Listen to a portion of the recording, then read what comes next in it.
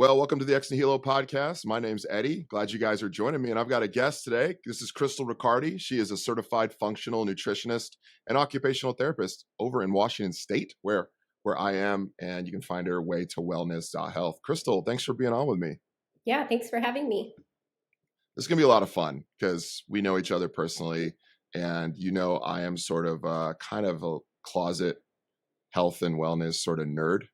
But, I'm a pastor, so that kind of takes the takes the cake. It's the thing that's at the front. But this is what you do for a living. So I think you're going to be able to actually give some real expert advice and not just my bro science. So I'm looking forward to it. That's good. I like it. Yeah, of course. Well, so first thing I want to talk about is people being a person of faith yourself. People have so many varying opinions on when it comes to health and wellness, particularly in Christianity. There's a sense in which, the body isn't a high priority for people of faith. And it's like, I got to be spiritual and I've got to pray and maybe I'll do some fasting, but not like intermittent fasting for my body. It's more spiritual fasting. Why do you think physical health is not a high priority amongst people of faith? Yeah, I really believe that a lot of people of faith in general, just to start out, I grew up in a different faith. And so I grew up with this idea that you really need to work for your salvation. And so that's ingrained in a lot of us, not just that religion, but currently I think people lose sight of just that we're saved by grace and faith alone. And so it's I think a lot of people just work to try to kind of earn their salvation in a lot of ways or please God. And they tend to forget about their bodies, their health. They get very distracted. And I've seen just in ministry alone, a lot of pastors and pastors' wives burning out and really just kind of hitting rock bottom. And that's because they've gone and forgotten a lot about their health. And so I feel like we have to kind of shift our focus and recognize that we've been given our bodies and we need to be good stewards of our bodies and our health. And so taking care of those bodies and allows us to do ministry even better, connect with people even more, and connect with God even more, because those things that fail us in our body don't get in the way as much in that connection with God and with other people. So it takes a lot of reset, a lot of reframing, and recognizing that, God loves us. He's created us, and we can celebrate that and share that with other people too. So, yeah. You mean to tell me that I'm going to break down faster and burn out if I don't eat well? How is that possible? I mean, I'm praying. Absolutely. And I'm praying and I'm communicating with God. And what do you say to somebody that maybe thinks that as long as they're connecting with God and they're praying and they're going to church, that, it shouldn't really matter like what I eat, the stomach is meant for food meant for stomach, and God destroys both. Who cares? Yeah. Yeah, I definitely think there needs to be a balance. I think people think that if you're into health, that's your whole world and that's your God. And so just really encouraging people that there's a balance there. Me and a couple other women do retreats for women in ministry, and we've been to a lot of other retreats of both men and women in ministry. And we have decided to do these retreats looking at the emotional, spiritual, physical health and how they're related, because in the Christian world, a lot of people focus retreats on that spiritual aspect.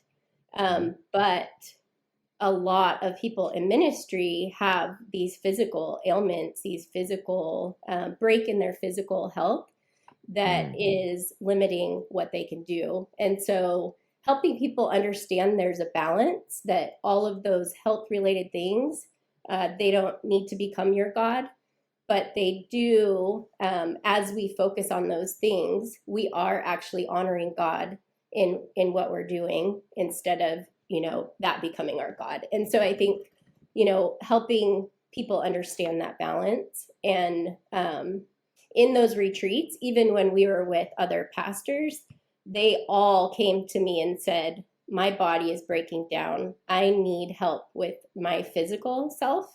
And I know that in turn, that's going to positively affect the way that I connect with God and other people. And so I think I eventually people understand that. But unfortunately, sometimes they get to a point where they have to understand it, where they're at a point where they have to understand the necessity to, take care of your body. So. Yeah, and it's easy once you get a diagnosis, or Mm-hmm. maybe you're dealing with a chronic disease, or where you're where the rubber meets the road. Yeah, we could all acknowledge that. Yeah, maybe I should have been taking care of my body. Maybe I should have been watching what I ate. Mm-hmm. But it's getting out ahead of it, and making sure that you're doing that like bodily maintenance. And I'd be Yeah. curious to know what your thoughts are on like current state of healthcare in America, and how much insurance plays a role in covering, lots of these sort of, when there's symptoms sort of things with prescriptions, as opposed to that preventative care. Like, what do you think you see in some of that discrepancy between what you do, functional health, Mm-hmm. versus like your typical white lab coat doctor sort of Yeah. perspective? Yeah. I hope and pray that as people start to realize kind of that breakdown in conventional medicine, that they start turning more to being an advocate for their own health. And so, a lot of people think that conventional medicine is the only route. And functional medicine is not some woo woo, like, energy healing, anything like that. Yeah. Functional medicine really looks at how all the systems of the body are related. We look at a patient on a timeline and look from even before they were born until current day, and try to connect those symptoms with events in their life, their environmental toxins, just different things. So I think like what I hope and pray for is that people could become more of their own advocates for their health, and Hmm. start to investigate and know that they have control of their health. Like more and more, it's super, well, not easy, but actually more difficult to go to just a general physician and feel like you have time, that you've been listened to, that you've been heard, that you've been cared for, because insurance is only covering like, 15 to 30-minute visit, maybe. And Hmm. insurance coverage is becoming less and less, and lots of conventional medicine doctors are burning out.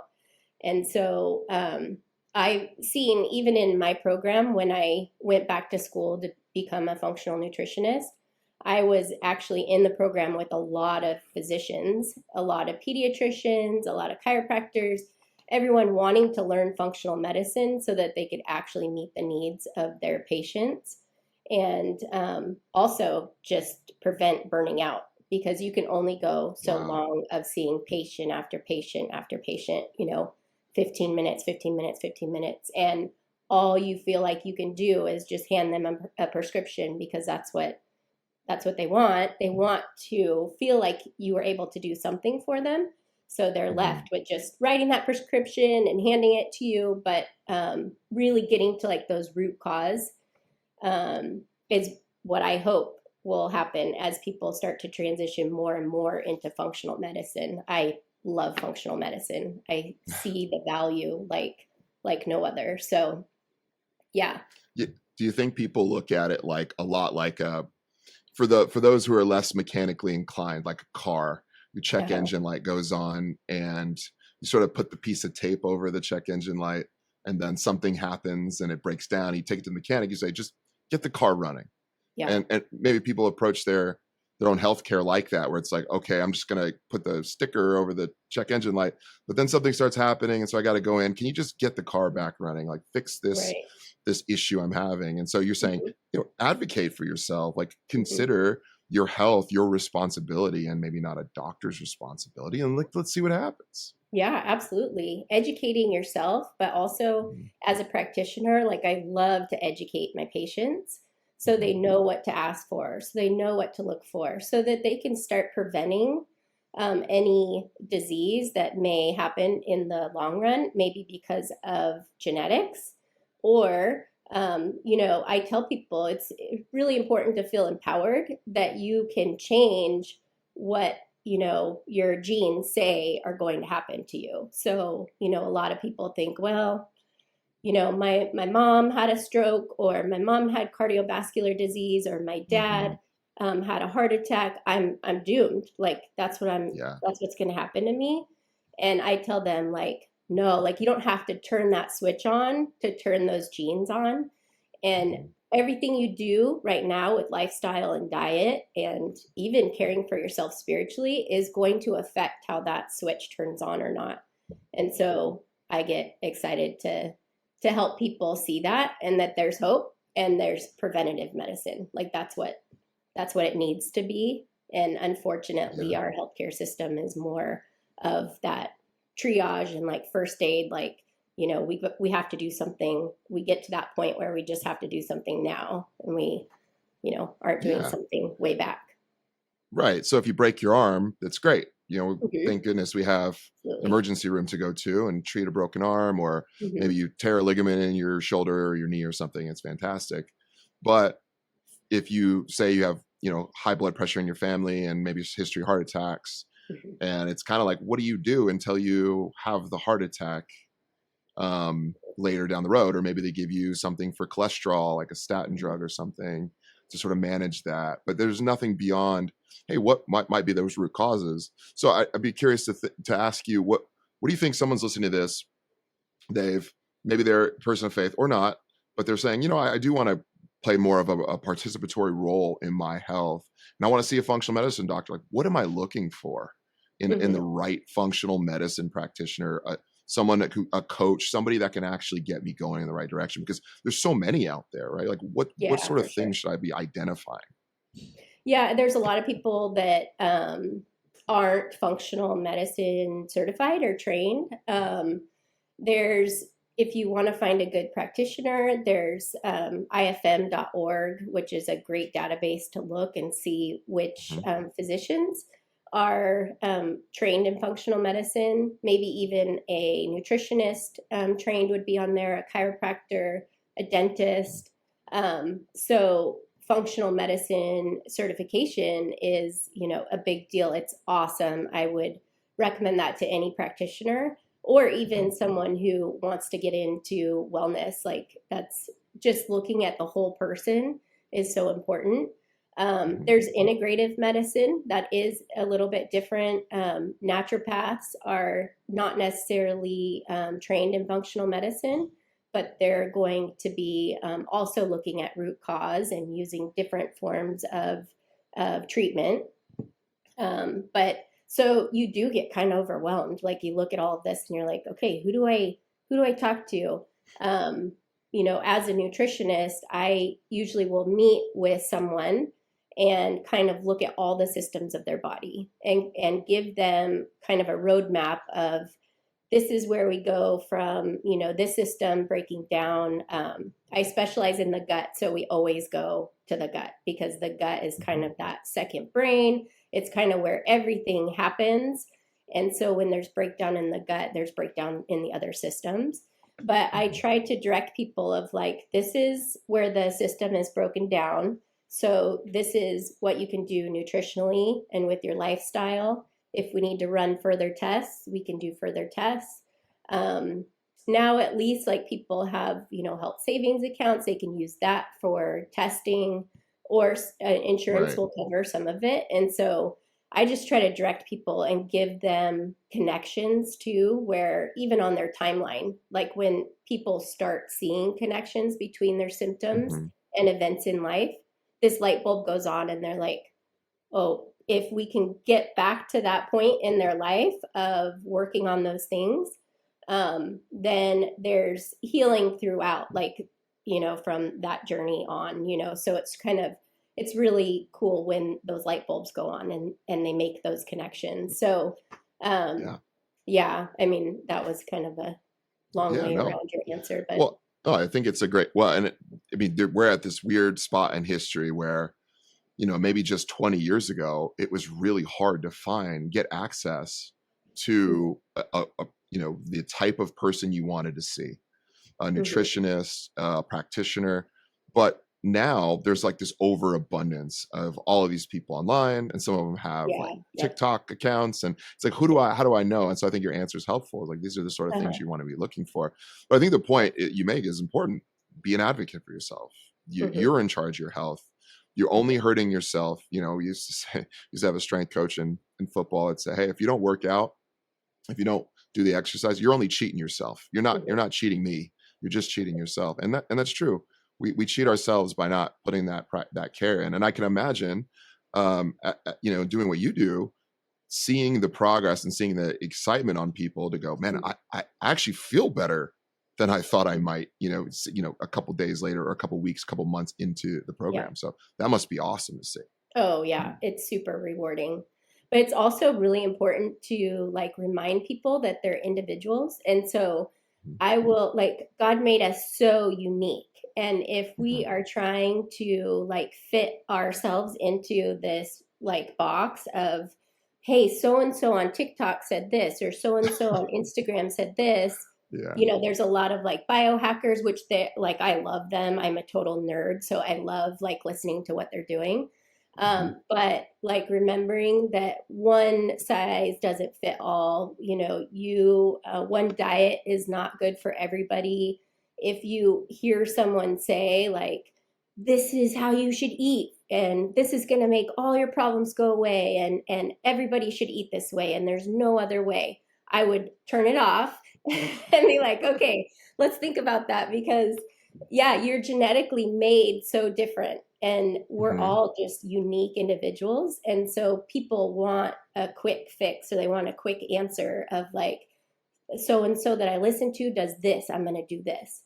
It's like, That's right. beware, like, be really cautious about that and know that you're an individual. So try to figure out like, what is your individual makeup that, and what kind of diet and lifestyle and would help you move Yeah. forward because a lot of people waste a lot of time and a lot of money on a supplement they saw online or Right. someone that they're following. So yeah.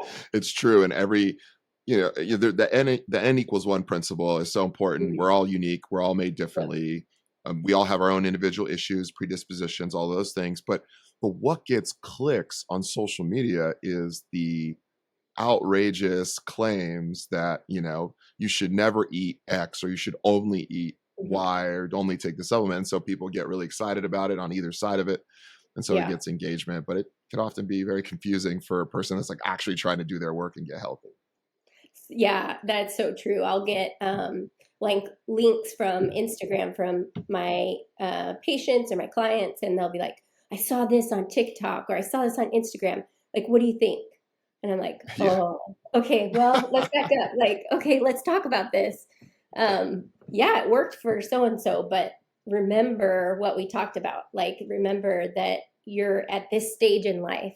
You're at, Mhm. these things are going on, you're exposed to these different toxins, like all these different things that you are not the same person as who you're following. So Exactly. Well, hey, yeah. let's drill down a little bit because you Yeah. mentioned, your specialists, you specialize in the gut. I want to talk Hmm. about that a lot, the gut and the Hmm. brain and that combination. Your average person listening, probably heard a little bit about drinking a kombucha or, Hmm. maybe eating sauerkraut or something for Hmm. some biodiversity or taking a probiotic. But really, like, why is the gut biome so important for overall health? Like what is that thing, especially for people that, Yeah. are laymen, but especially as it relates to the brain? Why is it so Hmm. important? Yeah, for sure.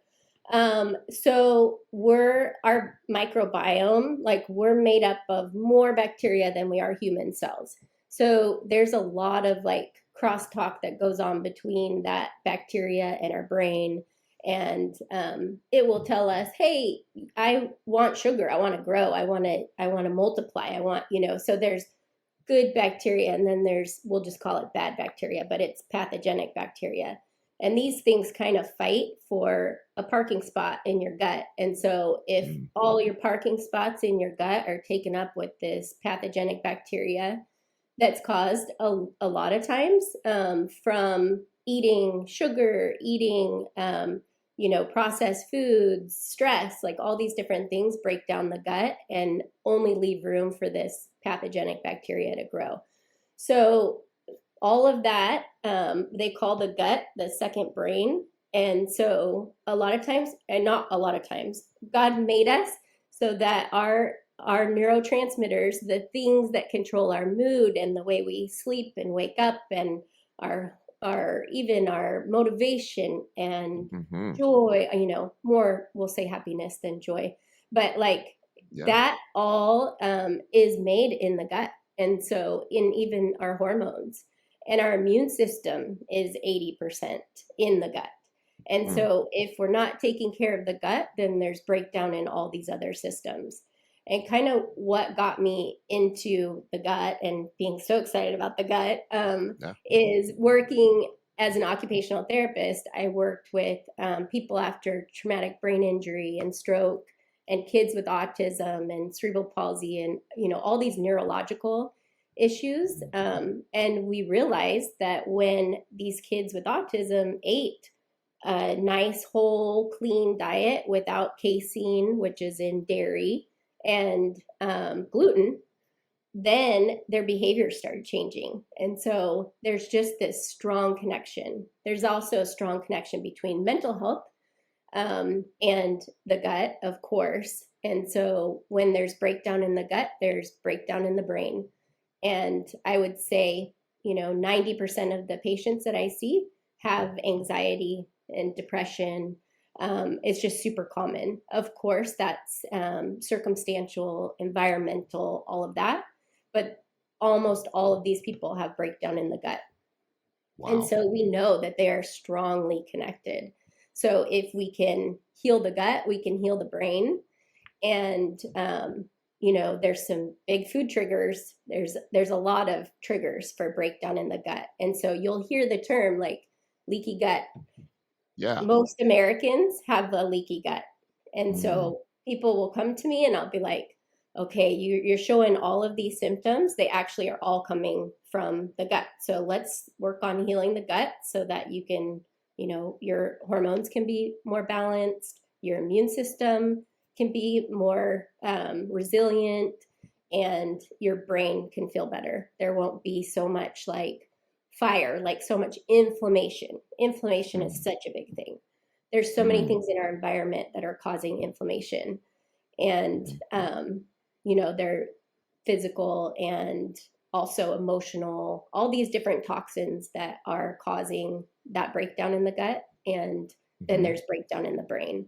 So I mean, that's opening up a big old, the gut's pretty amazing. Yeah. Yeah.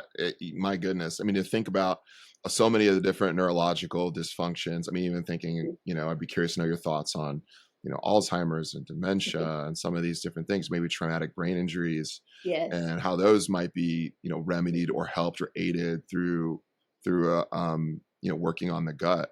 But you mentioned leaky gut too. I mean, that's a really common problem, as you mentioned. What is leaky gut? Yeah. So your gut is made up of like these tight junctions, typically.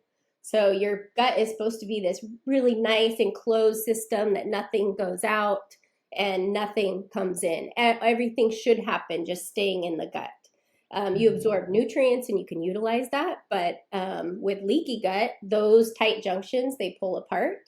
And then a lot of the foods that you're eating, they're actually leaking out into the gut. So those proteins and different food particles, they leak out into the bloodstream, and your immune system goes, oh no, like these are not supposed to be here. So we're going to develop armies to try to fight them off so that, we can protect your body, because they're foreign. They're not supposed to be there. So then your immune system gets super fatigued because it's really busy fighting off all these things that are leaking through the gut.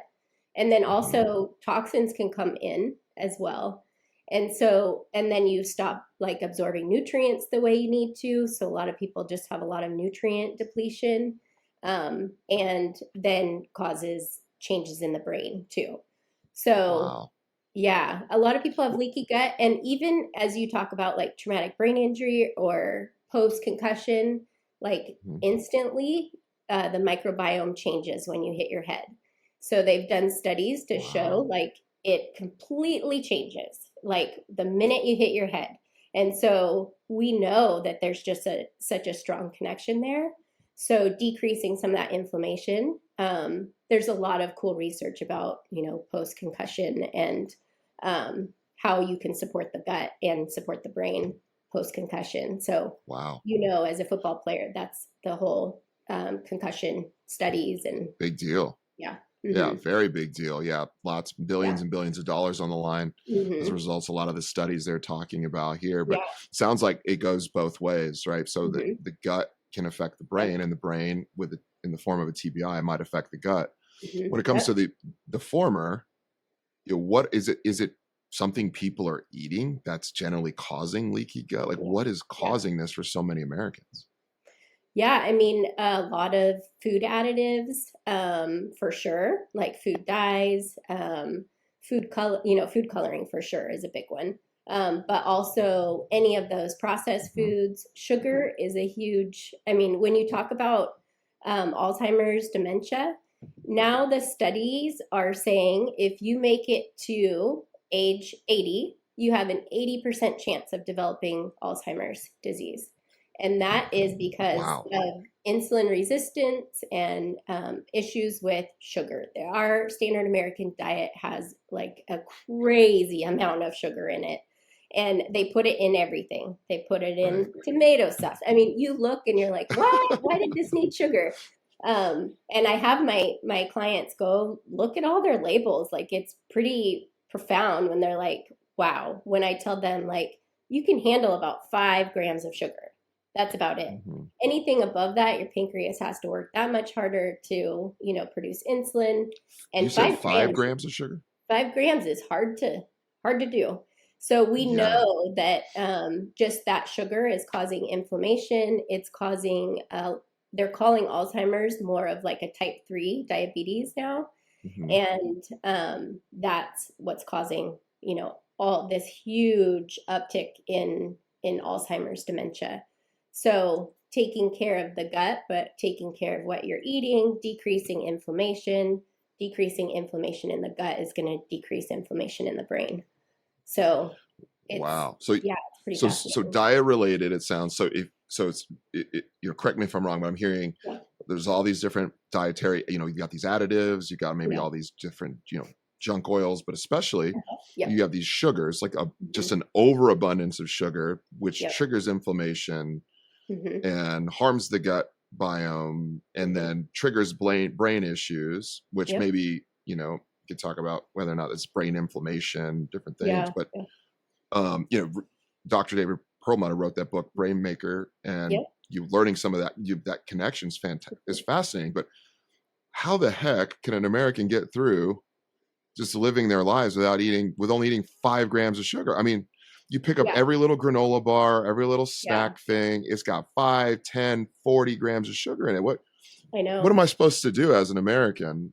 Should I just say Take whatever, I'm going to get small it? steps at a time. Like I teach Yeah. people like you have to just work through one thing at a time because it's super overwhelming. And when you go into a grocery store, even, the food labels, they make it look so good. Like, the food industry does such like they study the science. They study to know like when you eat this, it's going to light up this part of your brain and you're going to want more. And Mhm. so, people became more and more aware of like high fructose corn syrup. So they were like, okay, I won't eat it with high fructose corn syrup. Well, now it's just mass in different ways. But Yeah. there's so many things that people are eating that their brain is turning on. It's doing the same thing as, you know, heroin. Like it's crazy to see the brain light up. So I tell people like you got to take just small steps, pick one thing, and like when you walk into a grocery store, just stay on the perimeter. Like don't even go down the Yeah. aisles, like eating whole foods and eating diverse foods is a huge deal. So I tell people, Mhm. like, pick 5 different vegetables and throughout the week and just try to incorporate those. Pick, 3 to 4 different types of protein. This is kind of your equation. Like, here's your 4 different kinds of proteins, here's all of your colorful vegetables. Now put them together one by one, and you've got like 20 different meals. So it's Yeah. just trying to like make those combinations of thinking, how did God make this food and keep it that way, instead of now the food industry's just, changed everything, genetically modified things. So go Hmm. back to, how did this grow? How did this, could I go out and, I tell people too, like, if you do look at a label and you can't make it with if you couldn't remake what's in that box or can or packaging, by looking at the ingredients, then you probably shouldn't eat it. That's So great advice. yeah, so So it's hard. so I can't go to. Oh, sorry. Go ahead. No, you go. I was going to say you can't go to your cabinet and get your red 40 out and Mm-mm. your expeller pressed canola oil with Yeah. hydrogenated whatever and sort Uh-huh. of get your chemist set and Yeah. Yeah. recreate the snack. Then you probably don't Hmm. eat it. Yeah. I mean, it's changing. The food is becoming, this term, frankenfood. Mhm. It's not real food. And so back to the gut, like, our body and our immune system is not recognizing this food as something that's supposed to be in our body. So our immune system keeps attacking all these genetically modified foods because Mhm. it's like eating plastic.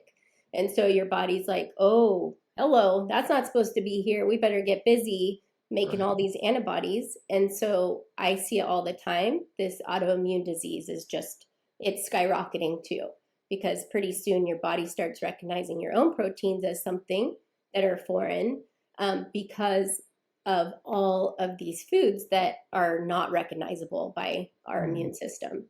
So it's taking a toll on society for sure. People are becoming much more sick, but they're trying. So one of the things that the government is trying to do, or the FDA, is like, let's put nutrients back into things that we took out of by genetically Mhm. modifying. So this will get me on a big soapbox, but so what they That's do okay. is they take out, well, the seed is genetically modified, so it no longer has a lot of like folate in it. So let's just say like corn, wheat, all the grains that are genetically modified. Right. They've modified them. They no longer have the folate that we need, other nutrients. So they fortify them and they put it back in. But what they do is they put back in a chemically derived form of that nutrient, Mhm.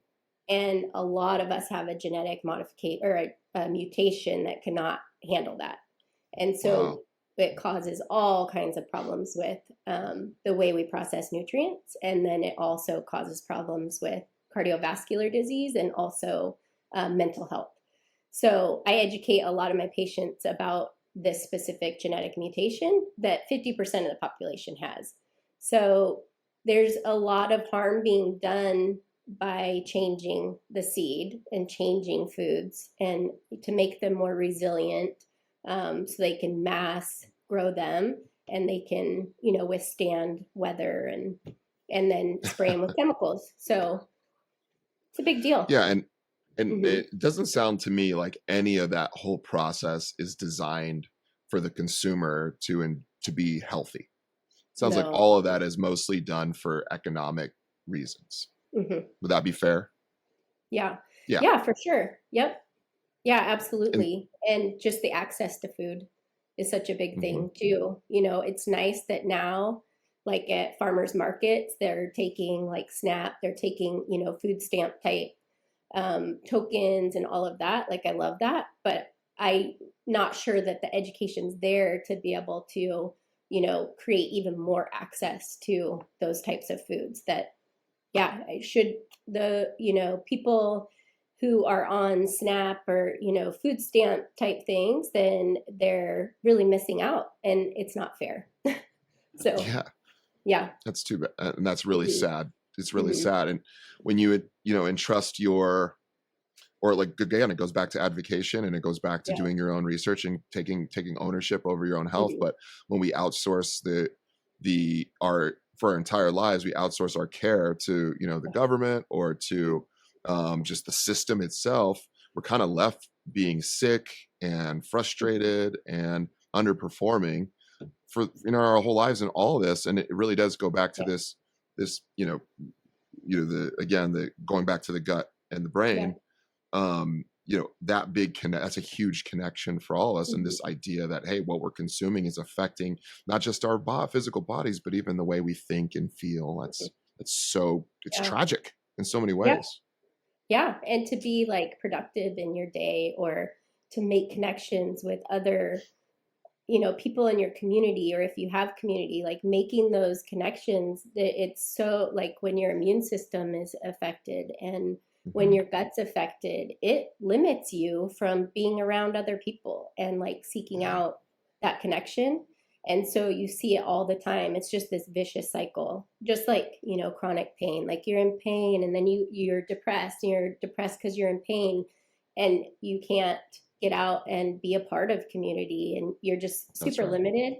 And so all these things aren't just affecting our physical health, they're for sure affecting our emotional and relational health too. And we're just seeing it more and more. Just people are just more and more isolated, and we need each other.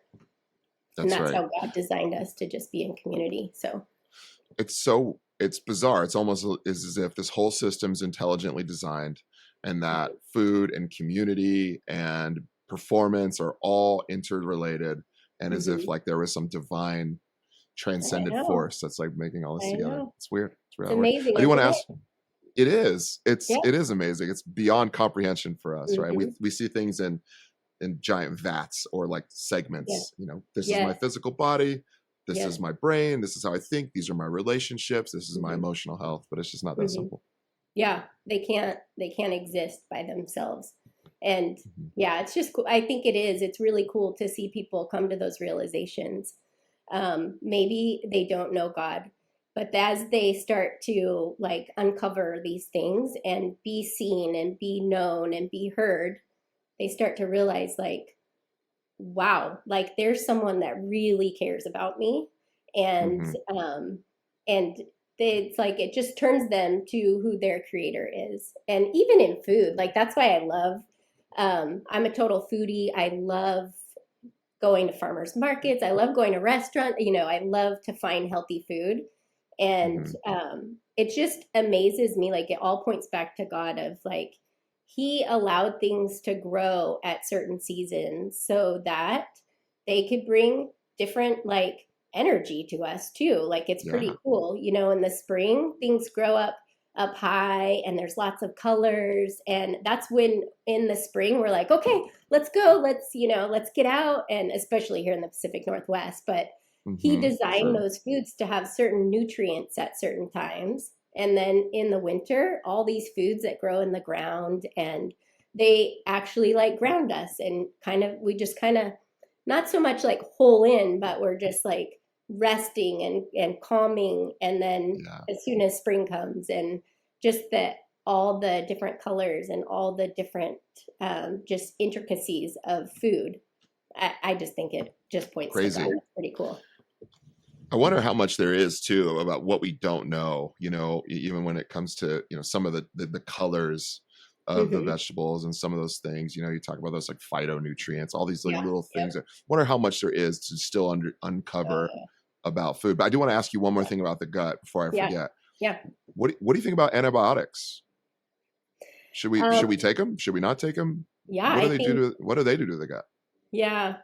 I think there's specific reasons why you should take antibiotics. But for the most part, I think they're definitely overprescribed. We're seeing, working in hospitals, working in healthcare, home health, um, we just see more and more of these antibiotic resistant bacterias that are mutating and causing all of these issues. And it's because we use antibiotics even in, our antimicrobials, like all of these things that are trying to keep us healthy. So everybody, walks in somewhere and puts on their hand sanitizer and they're feeling good and, spraying That's everything right. down and getting their wipes. And I just think it's detrimental to just our immune system being able to tolerate certain things.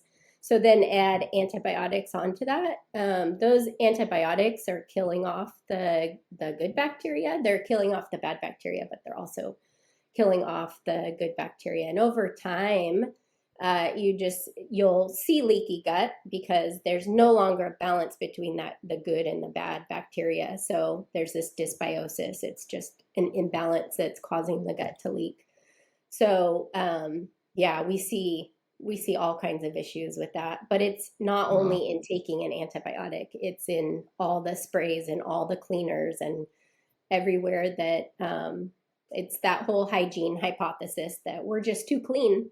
We don't even know how to handle things like germs, and we're not priming our immune system. So we're weak. We have weak immune systems as a culture because we're super clean. We try to be. Wow. Well, my son will be really happy to hear that.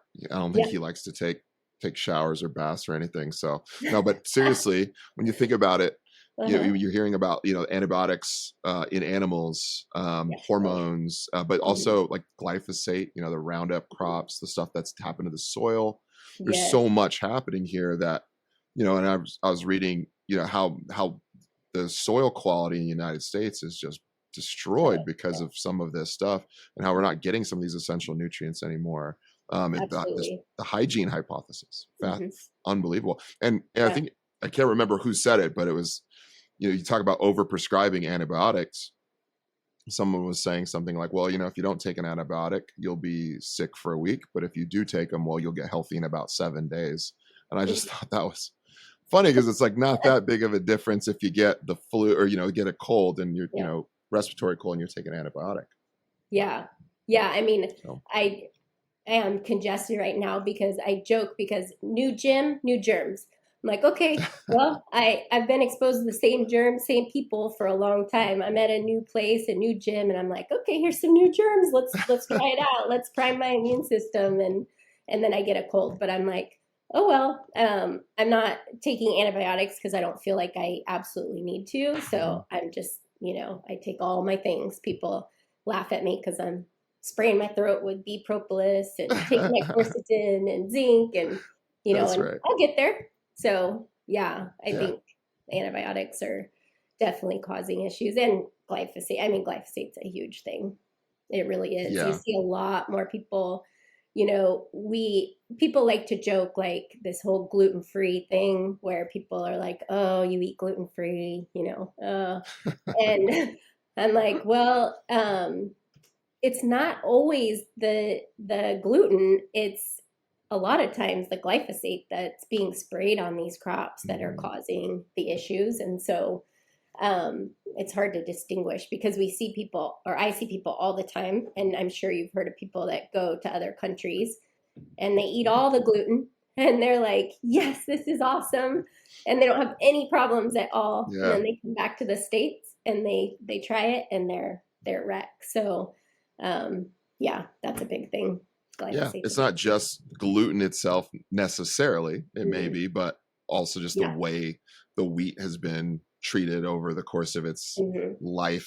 You talk about frankenfood, you talk about I think grain falls into that in so many different ways in the United States. But it's fascinating to think about the unique challenge it is to just be an American and fight through some of this. Well, when it comes to antibiotics, there are good reasons to take antibiotics at times. Right? It's not as if you should just avoid it because it maybe hurts your gut. I mean, there could be, you could be really sick and you might need it. And so I've seen some of the stuff online and listening to podcasts. People say, I'll never take an antibiotic. Well, it feels like there's probably some good reasons to take one at times. Absolutely. Right?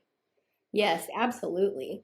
And I mean, a lot of times babies, they'll, keep getting ear infections and and they start out with a lot of insult to their gut because they're given antibiotic after antibiotic. And so we start out, I mean, it's so fascinating to see even a baby is, born with a sterile gut, and it gets all of its bacteria from its mom as it comes through the birth canal. And so more and more babies are being delivered C-section because it's less, malpractice, less issues. They're just like, let's just, take the baby out. And they miss out on that. But now doctors are getting smarter in hospitals of like swabbing the baby with some good bacteria. But then, we start our lives with these, a lot of C-section babies have a lot more issues with eczema and autism and leaky gut and all of these things because they miss out on that. So, and then we give them antibiotics for everything. Baby, I mean, there's definitely reasons to take those, but they are overprescribed even as you're developing your microbiome. And so then you get later on in life and you're like, oh man, I don't have a very diverse, amount of bacteria in my gut because of all the things that I experienced when I was younger. So it's pretty fascinating. That's a good point. So what can someone do? I know everyone's different, but is there a few things, the few things that maybe most people can do to sort of get some of that repopulation of the gut biome back going after maybe a round of antibiotics or maybe chronic use of antibiotics over their life? Yeah, absolutely. I tell people like diverse foods feed diverse bacteria in the gut. So if you find something you love to eat, say you're a chicken and rice guy, you're like, whatever, or I love my steak and my potatoes, and you don't eat any vegetables, like you're only feeding certain bacteria in your gut when you eat those. So it is really important, even as you think of like meal prep or whatever, to diversify. So like I said, pick a few different proteins, pick a whole bunch of different colors of vegetables. And then if you eat the grains, then you eat diverse grains because every different food feeds a different bacteria. So it is really important to eat diversely. It's also like, yes, kombucha is good, but it's not good for everybody. So that's something to think about because it does feed some bacteria that can cause issues.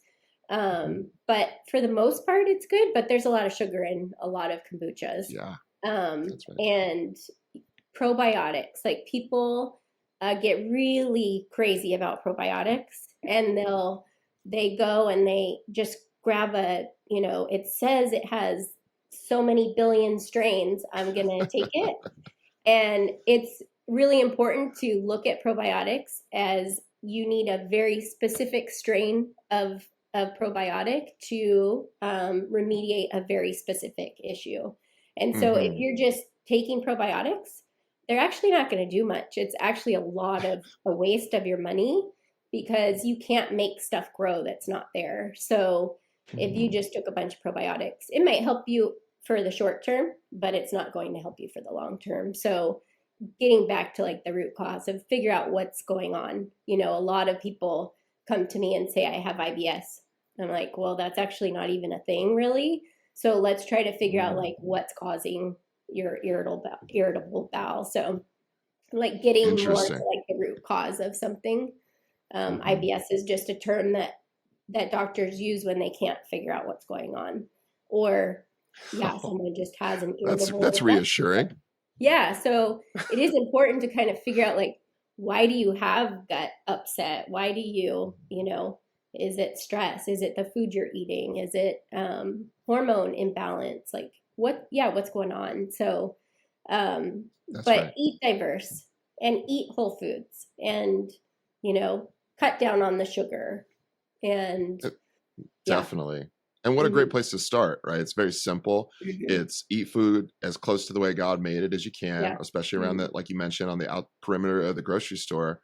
And things like, talk about an example of like a conglomerate, like these kombucha drinks that have, 25 grams of sugar in them, where they're like preying off of people that have heard that kombucha has, some probiotics in it, and then Yeah, they're drinking 25 grams protein of sugar 2 or 3 times a day, and good totally. grief. Yeah.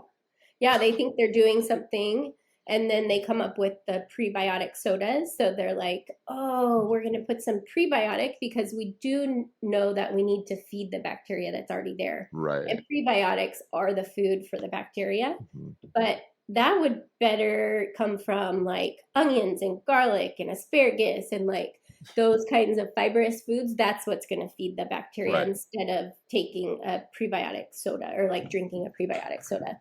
You're like, oh, this Yes. is good. Like, Talk yeah, about cutting. yeah, it's good.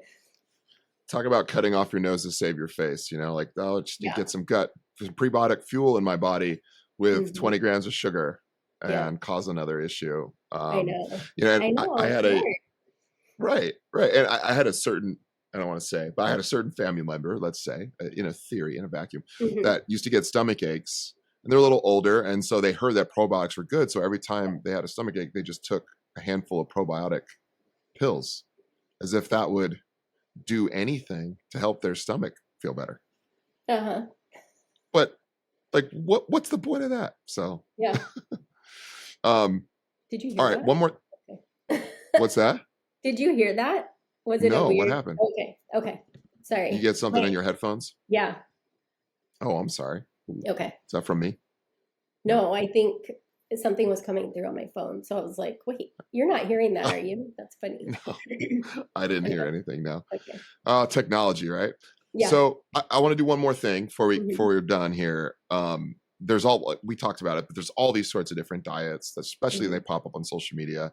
And I wanted to run through some of like your typical what you see on TV and on social media diets. And I just want to get your opinion on them, what you Hmm. think of them in general. I know that Yeah. some Yeah. diets work for some people and not others. I get all that, but just what you think of them. So I want to go through a couple of like the more notable ones. And the first one I want Hmm. to start with is a vegan diet. What would you say to somebody, should I try the vegan diet? What would you say Yeah. to that? I would say, why? Yeah, I would always, I'd always ask someone, why? Why do you want to do this? What are your goals, even for like, in the gym, building muscle, your performance goals, your, weight goals, like all these different things. And how's your mental health? Because vegan diets, a lot of people miss out on some essential nutrients. And so you really have to be careful with vegan and vegetarian diets because Hmm. your B vitamins, too, those come a lot from animal protein or fish. So Mhm. a lot of vegans and vegetarians are deficient in B vitamins. So it's really important to supplement, and it's really important not to be a junk food vegan or a junk food vegetarian because there's a lot of processed foods that I kind of laugh, and no offense to people who are vegetarians or vegans, but it's like, look at the labels because they're trying really hard to make vegetables into something that's more like animal based. So it's just funny Hmm. because they're like, we're going to take all these vegetables or all of these plants and make them Right. into a rack of ribs. Or to like make them into a sausage or like all these different things that Right. I just eat vegetables, just eat your good fats, just eat, and if you're going to do that, great. And there's a lot of moral reasons people don't, ethical reasons that they're like, I don't want to eat meat, and that's totally fine. So figure out how Hmm. you can supplement with some good nutrients and stay on track of eating whole foods because there's a lot of junk food out there for vegetarians and vegans. So if I eat Skittles for breakfast and Lay's potato chips for Yeah. lunch and root beer for dinner, that's vegan. Yeah, sure is. So it's not just that you can be vegan. It's like there's probably some boundaries. What about like Beyond Burger meat? What, Oh what do my you goodness. what do you think of that? It's terrible. It's just super, yeah, I just think it's so funny. Like why? Um People have like that desire to eat meat, but Yeah. so I just think it's kind of ironic. It's funny and It is super funny. processed and has, yeah, so many like these different chemicals, additives in it. It's just, I don't think it's a good idea, but yeah. Sure, of course. Okay, Hmm. let's move to the next diet. Yeah. Uh, Keto, pros and Hmm. cons. Eating Yeah. ketogenic diet. Yeah. So there's some really good keto diets. I love Sarah Gottfried. She is a doctor of Mhm. functional medicine. Um, she focuses on a keto type diet that's a lot like um, all of your food is coming from whole sources and you don't eat dairy, only like maybe a little bit of Parmesan cheese or goat cheese.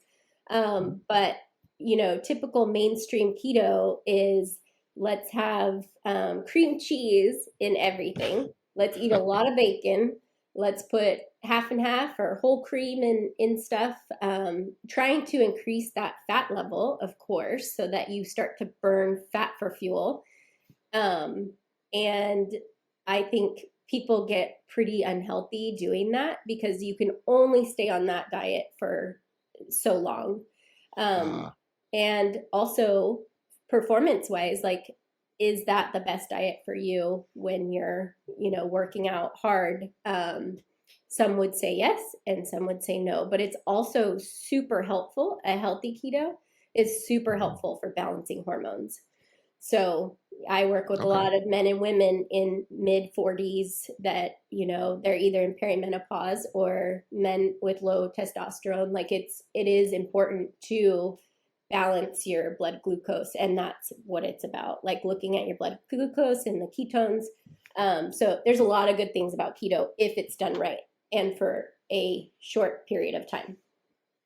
So the dirty keto thing that like your 20-year-old gym bro does, where he's Mm-hmm. eating cream cheese and just mostly cheese and like hot dogs from Costco and Mm-hmm.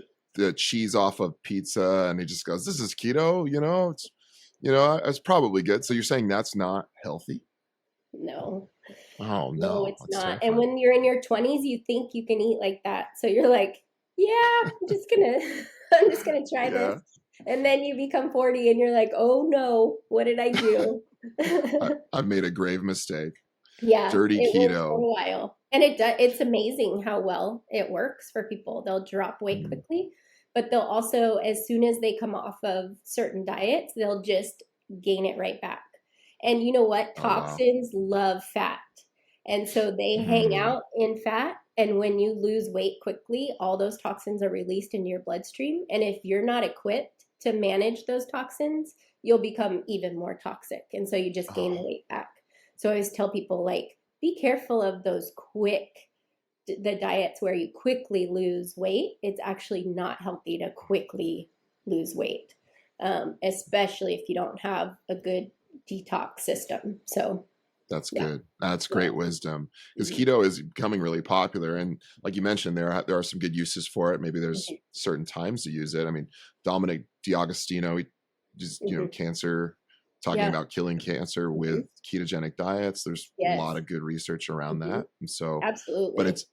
it's like, are you equipped to know what are the right types of food? And certainly, this sort of diet junk food keto is probably not the way Hmm. to go. In the same way, junk food vegan diet Yeah. doesn't Yep. necessarily work. Yeah, regardless, like watch what you're eating, like Yeah. what kind of nutrient value is in the food that you're eating, and Mhm. is it in its original form? And yeah, That's right. no, keto is really helpful for and adults who have seizures. Like there's a lot of good things about keto if done right. So That's right. yeah. Okay, carnivore diet, especially our boy Paul Saladino, all over social media, calling stuff BS. Of course, now it looks like he's added in some fruit, but maybe like a Right. carnivore meat-based sort of diet. What are your thoughts on that? Pros and cons, especially for all the guys ready to try this diet.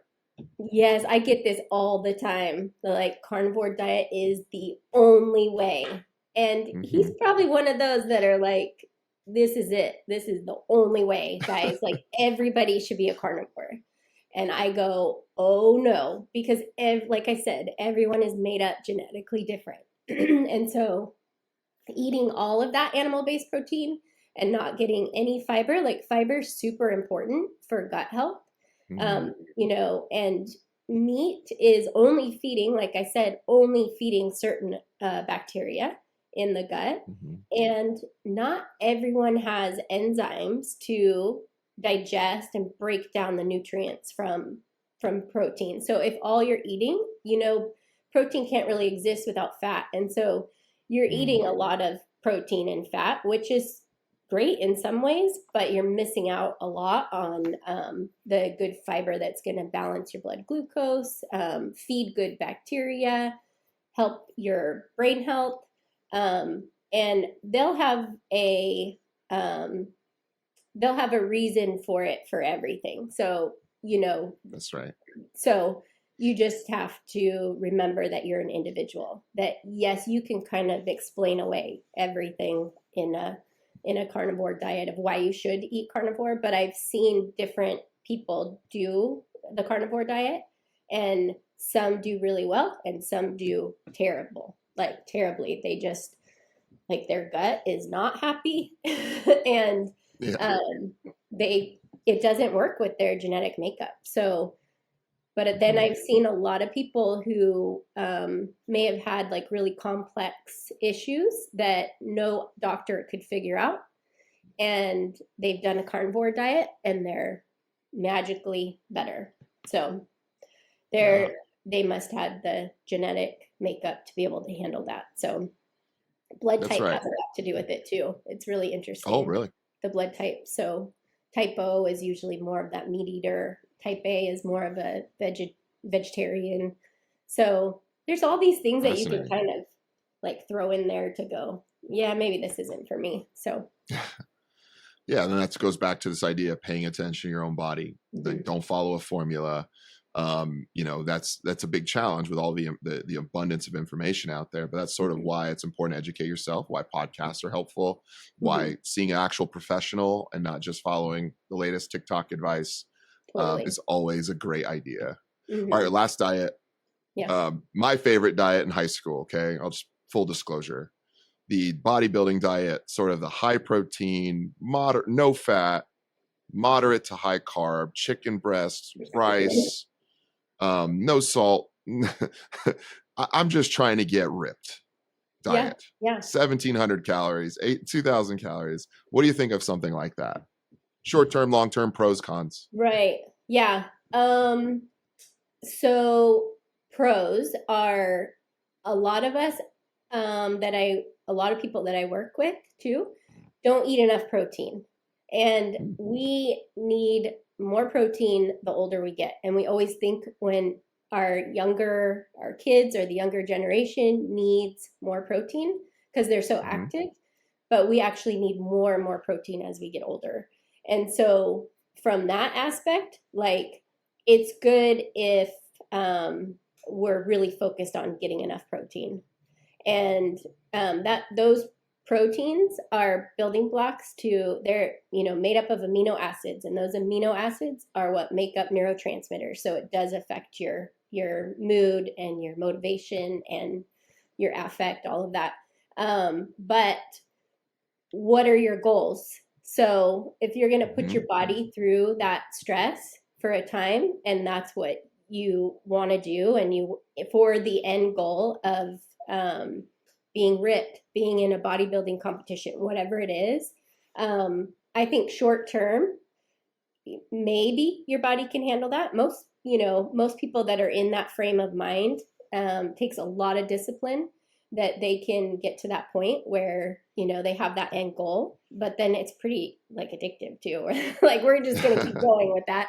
That worked really well, but then you're missing out on a lot of diversity too. So, a lot of times you have your specific meat that you're eating and your specific carbs, and there's not a lot of variation going on in that.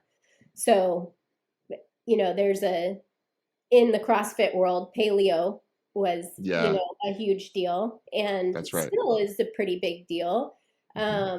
So, if you take it one step in that direction of just a paleo diet, like, that works really well for a lot of people, and it doesn't work for some. So some of us are carb burners and some of us are fat burners, and we're all different. So it's kind of fun to figure that out, like That's good. what you tolerate and what you don't. Like I wore a continuous glucose monitor for a month to kind of Oh, see like wow. what's my body type, and Mhm. it was eye opening. And yeah, everybody's different. It's so true. Everybody's so different. Yeah. And I think if we were to take away anything just from this podcast or anything, is that you're unique. You've been Hmm. made unique. And, there's all sorts of different ways to get to a healthy version of yourself. And Hmm. so it's going to take some time and research, and there's going to be some elbow grease involved in figuring out what works for you and what doesn't. You may Hmm. fail, but don't quit. Make sure that you're giving your best effort to figure out, because no one is going to care more about your health than you are. Yeah. And that's very important to remember and understand. Hmm. Yeah. Yeah. And different seasons require different things too for your Also, body and your health. So knowing that that could change, when you're that's right. older, or as opposed to when you were younger, you have different nutritional needs and different exercise needs, and all these things change throughout life. So it's interesting to see kind of and look at someone's stage of life.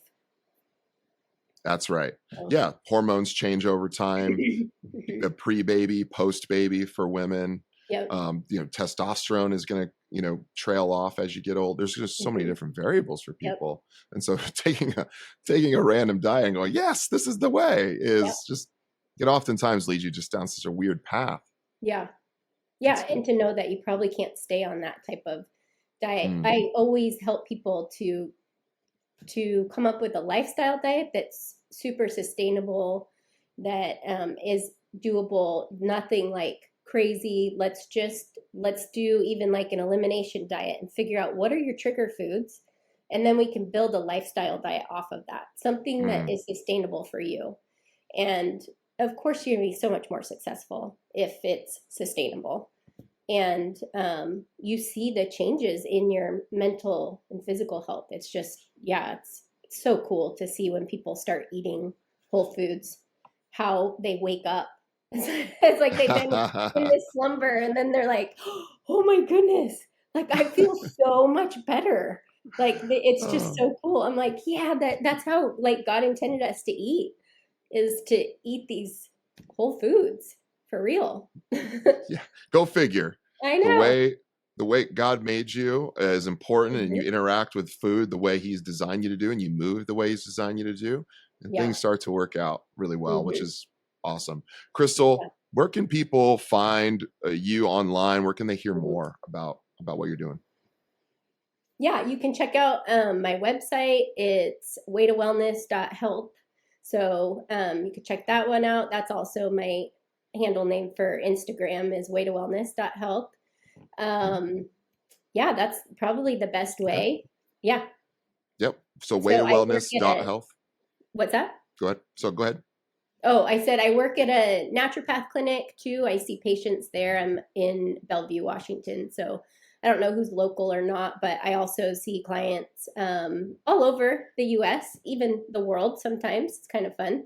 Cool. See people to do like an initial assessment consultation for like an hour and just go through all the different systems of their body and their timeline, and then come up with a nutrition plan for them, and can do like specific testing too. So yeah, Amazing. So I'll throw all of the relevant links in the yeah, show notes for people if you guys are listening or watching and that's interesting to you. I'll throw all those in there. hmm, But yeah, thank you so much for being on the show, Crystal. This was yeah, really fun. yeah. It was. Thanks a lot. Of course. That's it for us today, guys. I appreciate you listening or watching. If this was interesting to you, share it with a friend. You can also like, subscribe on YouTube, and follow us on Spotify, subscribe on Apple Music, all of that different stuff. But until the next time, thanks for being with us.